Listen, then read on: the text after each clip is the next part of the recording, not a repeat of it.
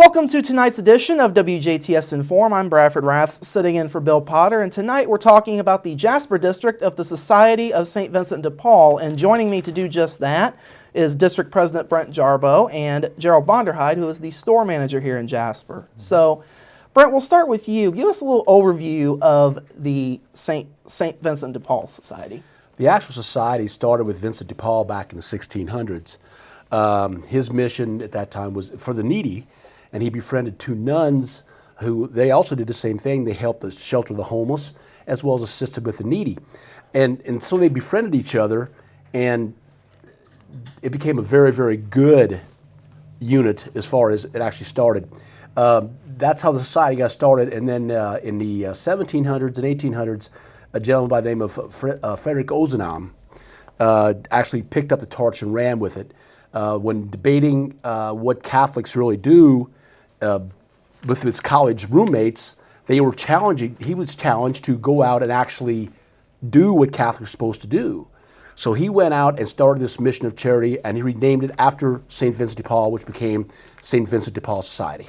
Okay. The mission of the society is? To help the needy and those less fortunate. Okay. You guys also gave back a lot last year. Talk about your 2013 fiscal year. A lot of money involved. Our funding comes from, our primary source is the store that Gerald operates. We do get some donations for the parishioners. We are a Catholic organization, but we're actually not the Catholic Church. We're separate from the Catholic Church. We did that about 9 years ago, Bradford. And a lot of reasons behind it, but we're our own 501c3 corporation, which is very unique in its own right that we are self-standing. The store generated over $230,000 for us in assistance. That's after they pay all their expenses. Here, just south of here, there are 3 buildings out there that we have to operate. We have to pay utilities, we have to pay gas, we have some store employees that are on the payroll. Gerald makes enough to pay his light bill each month, and that's about it. And we make sure of that. But other than that, all the money that the store generates comes to the society, the district society. In our district, there are 13 conferences that encompasses Du Bois as well as Northern Spencer County. And the district takes the funds that Gerald's store produces and distributes it among those 13 conferences to assist the needy in their time of need.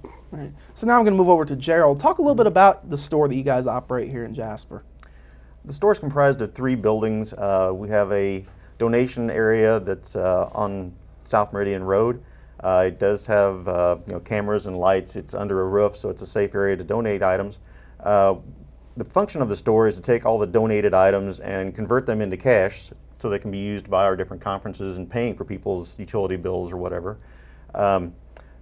We do ask that people donate to us usable items that can be sold so we can raise money.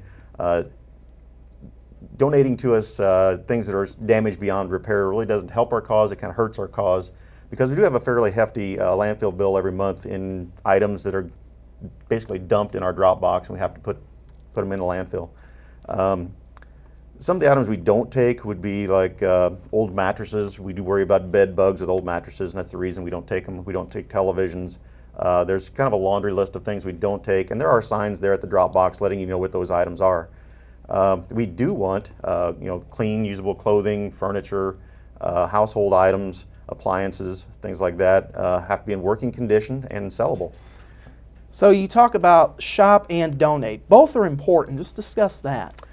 Well, like I said, our function is to convert those donations into cash. So it's equally important that we receive a lot of donations, which we do live in a very good area for that, and we're very thankful for the donations we get. But it's equally important for people to shop at the store. You don't have to be poor to shop at the store. Anybody can shop there and take advantage of the great deals you can find there. But if we can't sell the items that are donated, it really doesn't help anybody. So I had a lot of involvement too from local companies. Expound on that a little bit. The local companies have gotten involved with this. Yeah, we've been lucky enough to have several local companies donate items to us, such as excess inventory or maybe show items that are no longer needed. Kimball has recently donated a rather large amount of brand new furniture to us, which is on sale right now. And we do encourage other local companies to kind of follow that and look around in their warehouse, and if they have things taking up space they don't need, we would more than gladly take them off their hands and turn them into cash for our conferences. And obviously that continued involvement will be very important going forward. Yeah, we rely heavily on those donations to be able to help people, and if we can get continued donations from local companies and individuals, we'll continue to do the work we've been doing. And always good to bring more companies in as well. Yes, exactly. So another important point to touch on, I think both of you can speak to this. The money that you guys bring in does not leave this area like some of the other foundations that take in money. We have a lot of really good organizations here in town that help assist. The problem is their assistance goes out of this area, where our money stays Du Bois County, Northern Spencer County, and that's the only place it goes because it's distributed through our 13 conferences. What's unique about our society is we did an audit, and the people that we assist obviously have to be qualified. We pay for things like rent, utilities, we've helped with gas, we've helped with homeless people needing shelter. Those are things that we do, but that money stays here for us. And the funny part about it was we did this audit, and 63% of the people that we assisted, we've assisted one time. Now, we do have plenty of people that we call frequent flyers that want to come back to us, make us part of their monthly income, which that's not what we're there for. We're help them to enable them, not to enable them, but to assist them get around one little hurdle. And that's what we're there for. The other unique thing, Bradford, is people have this misconception about who we assist. Less than 3% were minorities. The majority of our assistance went to, I hate to use this term, single white females. Because they're the ones that have 3 or 4 children, trying to live off a very fixed income. They can't afford daycare. They have to stay home. And the resources they have are very, very limited. And that's what we're there to help out, help them get around the corner. There's a lot of programs we're involved with. One of them is called Neighbor to Neighbor, where we actually bring them in for 14 classes to help educate them how to manage their funds. There's a program that's called Bridges Out of Poverty. And one of the unique things is they turn the tables on you. The first half of the day you spend being the needy, and you have $500, and your rent is $350, and you have to go talk to your landlord why you're going to be late. You have to go talk to the utility people why you can't afford your utilities. You have to do that. And it really opens your eyes on what they're going through. So when we do our work, we do what we call home visits, where at our conference meetings, weekly or bi-weekly, or bi-monthly rather, we actually assign the cases to different members, and they actually make appointments to go into their home. We always work in teams of 2. That way there's 4 eyes, 4 ears, and we go into their place where they feel comfortable talking to us about their problem. And we try to assist them get over this one hurdle, plus help them understand how to avoid these pit holes in the future. So we're not just throwing out money, we're actually there to help them be better people in the community. Certainly an eye-opener for anybody, I'm sure. So, talking about your website a little bit, some opportunities for people to get involved there. That's his department. About a year ago, we created a website. It is svdpjasper.org.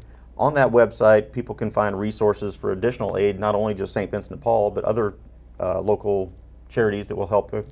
And then also, if you would like to maybe join St. Vincent de Paul, there's a link on there where you can send in an email to become a member, become a Vincentian. There's several other items on there. We do advertise a little bit on there for the store. But like I said, it's a very useful website. Please take a look at it. And also local churches was another part of that. Yeah, the 13 conferences are each linked to one of the local parishes. So there is a contact information for each one of those churches on that website. So if you're looking for where do I go to get assistance, you can find it on the website. There'll be a number there to call for each one of those parishes. All right, well, gentlemen, we thank you very much for joining us this evening. Thanks, Bradford. This has been our talk with Brent Jarboe and Gerald Vonderheide about the Jasper District of the St. Vincent de Paul Society. We'll have more news after this.